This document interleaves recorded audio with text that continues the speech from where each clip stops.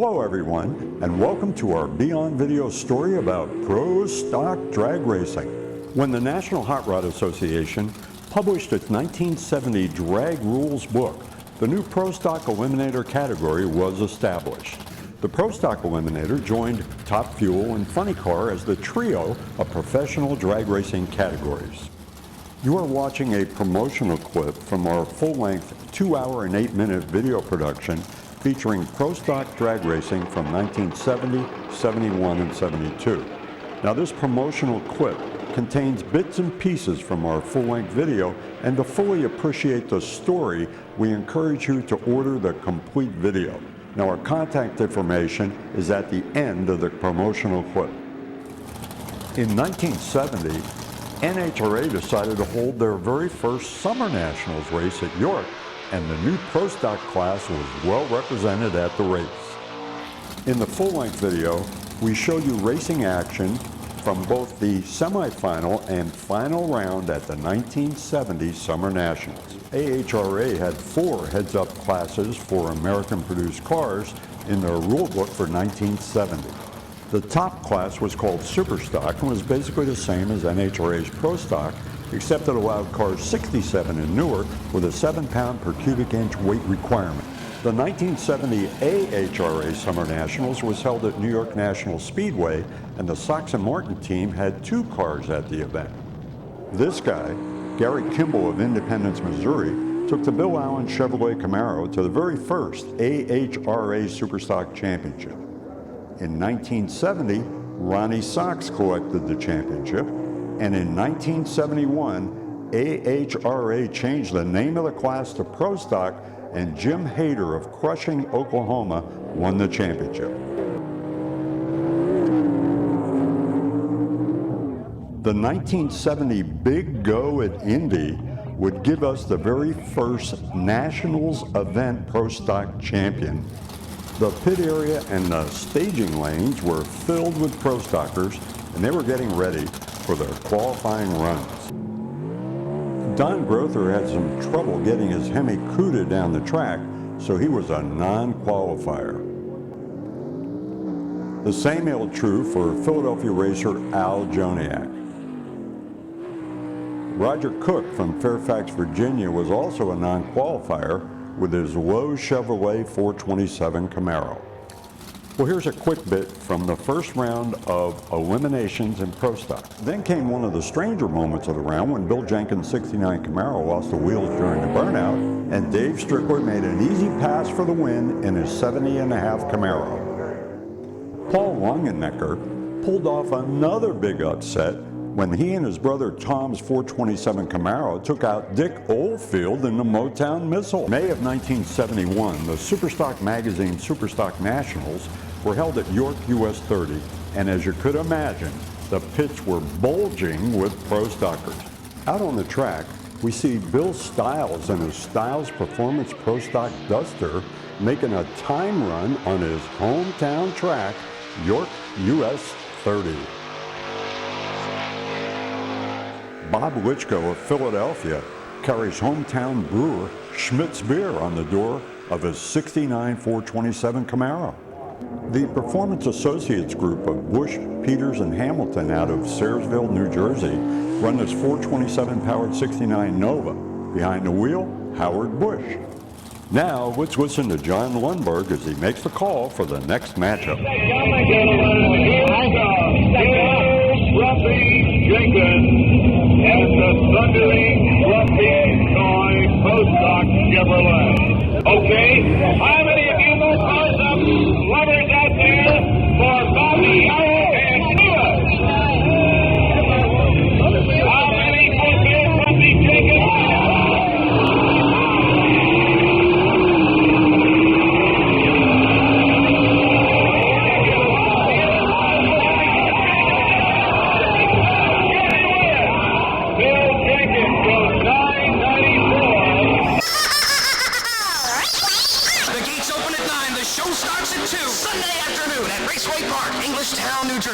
In 1971, Raceway Park became the host track for the NHRA Summer Nationals, and here come the Pro Stockers. That's Tony File of Hanover, New Jersey with his 69 427 Camaro. Ohio racer Jim Bering runs his Pro Stock Maverick. Len Sabatine from Easton, Pennsylvania runs the Hauser Chevrolet Pro Stock Camaro. Here we see Don Grothers Hemi Cuda from Oklahoma City, Oklahoma. Since the Pro Stockers had proven to be very popular with the spectators, it became customary to hold a Pro Stock parade before competition began. Now the track announcer would name each driver and then give some information about their car. Now all this would take place while the drivers idled on down the track and waved to the crowd. The Pro Stock field was made up of the top 32 qualifiers. Now unfortunately, two of the qualifiers were unable to make the call on Sunday. That was Al Joniak and Melvin Yao. So we're going to see two alternates take their spots. Here's a new face in the crowd. That's John White out of Toledo, Ohio with the Camaro. Another Akron, Ohio driver. That's Arlen Vanke and Richie Zool in the white Camaro. Wally Booth will face one of our alternates in round one, and that's Tony Moan of Sherman, Connecticut. And our number one qualifier, Don Carlton, will face the only Pontiac Pro Stocker running in 71. It's Bill Ekstrom. In our full-length video, we show you all the runs in round one, but here are a few examples. So let's begin with Reed Wishant taking on Mr. 5 and 50 Jack Worst. It looks like Wishant's way out front over Worst. Dino Don Nicholson advances to round two by beating Ron Hutter. Well, after 4 rounds of competition, we're down to 2 remaining in the Pro Stock Eliminator. It's a Ford versus Mopar matchup, and it's 43-year-old Dino Don Nicholson going up against Mike Fonz. One of the first purpose-built drag strips on the East Coast was New Jersey's Island Dragway. On this day in 1971, the fans at Island Dragway will be entertained by some Pro Stock style race cars in addition to the regular race program. There's Carmen Rotunda with his Pro Stock Duster. Now Carmen's going to be running a match race against Herb McAndress and the Sox and Martin Hemi Cuda. Over in the pits, Carmen and his all-volunteer crew are talking about their strategy for this upcoming match race with Herb McAndress.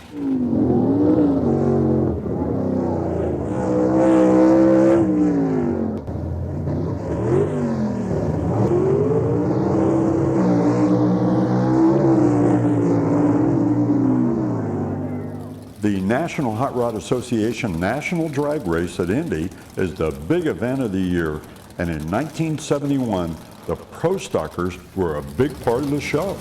Over 60 Pro Stockers fought for one of the 32 spots that would make up the field. Hey, let's check out some of the stars and cars in the pit area at Indy.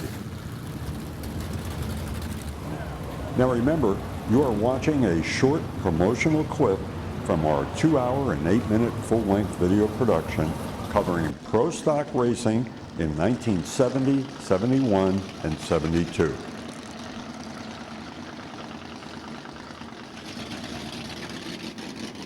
Well, here's some action from round one at the 1971 NHRA Nationals at Indianapolis Raceway Park. Bill Bagshaw beats number 32 qualifier Max Hurley in a 71 Demon. Stu McDade in the Billy the Kid's car beat Reed Wishant. H.L. Shan has his 360 cubic inch Hornet going up against the California Flash Butch Wheel, and Butch gets the win. Well, here comes Bo Laws once again, this time against Ken Dondero in Landy's number 2 car. Now Bo puts a whole shot on Dondero, and we'll get to the finish line first with a 993 to Dondero's quicker 985.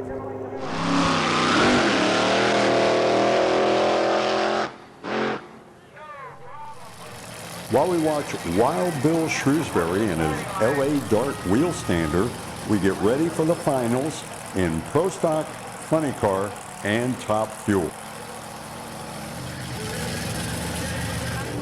That's Stu McDade in the Billy the Kid car and Ronnie Sox. And now, we're going to show you the final in the Funny Car category. That's Ed the Ace McCullough in the Whipple and McCullough Barracuda on the outside, and Dale Poldy is in the Mickey Thompson Ford Pinto on the inside.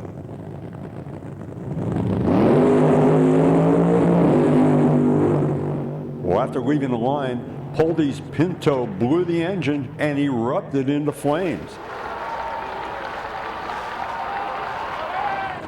The Top Fuel final had Big Daddy Don Garlitz in the rear-engine dragster going up against Steve Carboni in the front-engine dragster. Now, neither driver wanted the left lane where Poldy had blown his engine, but Garlitz ended up with it after a coin toss. Well, Big Daddy lost traction, and Steve Carboni will get the win. In 1972, the NHRA rulebook had some big changes for the Pro Stockers. And the guy who took full advantage of the changes was Bill Jenkins and his small block powered Vega. But there were plenty other tough competitors. How about Freeman Crowder, Dino Don Nicholson, Bobby Yowell,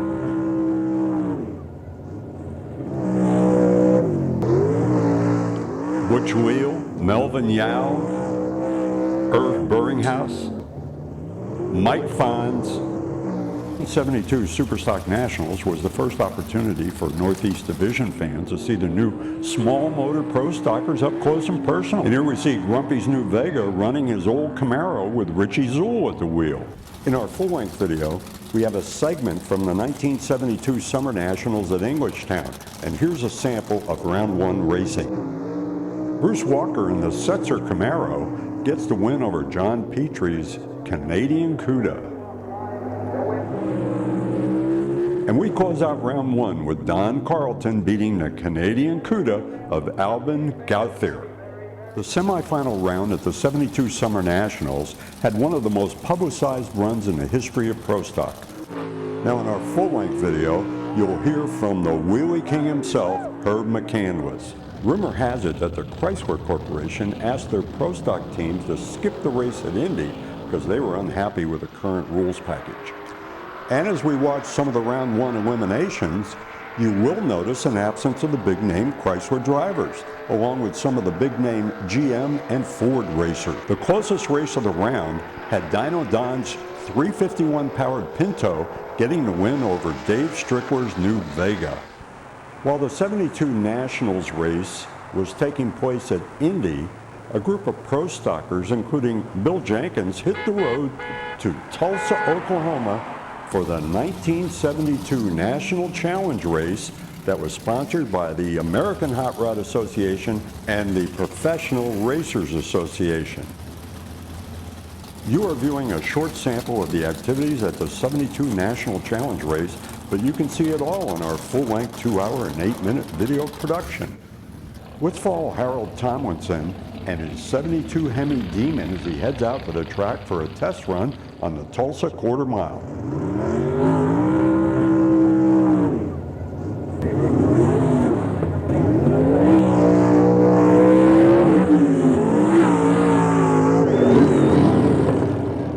On the inside is Charlie Burkett and his 70 Roadrunner called Super Chicken. Now Charlie runs out of Oklahoma.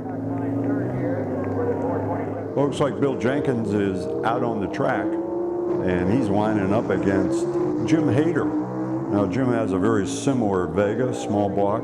That's Tom Holler with the Freeman and Holler 427 Camaro out of Lawton, Oklahoma.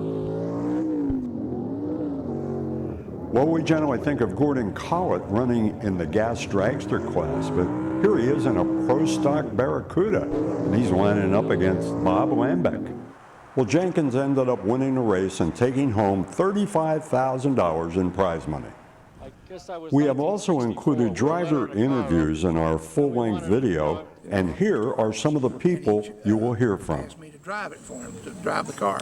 We had a hard time with years, Yeah. 5.5, and then I left and went to Pennsylvania for a year and worked. I went down there as a shop manager, and I used to have to make sure Dave had everything. 71 Hemi Barracuda, which we ran in Pro Stock in both 71 and 72. Yeah. 1970. The cars, the funny cars, we had to go to blowers finally to be competitive. The guys got the slick shift stuff and the pro shifted stuff, and you know, it made it a little bit easier for the people to drive the cars. Right. But Orlando got a drag strip.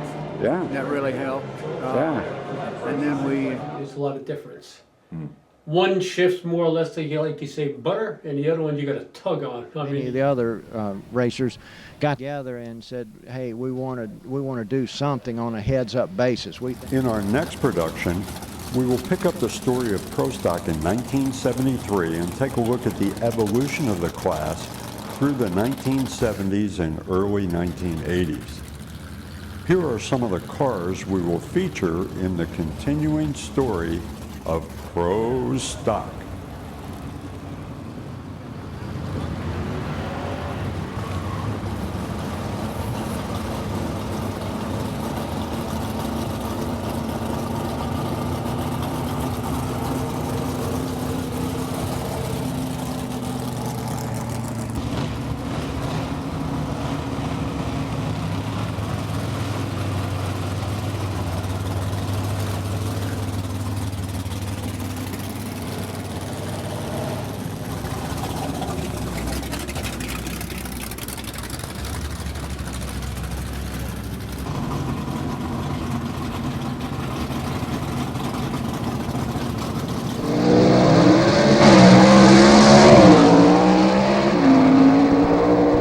And we will close out our story by taking a look at what happened to Pro Stock in 1982.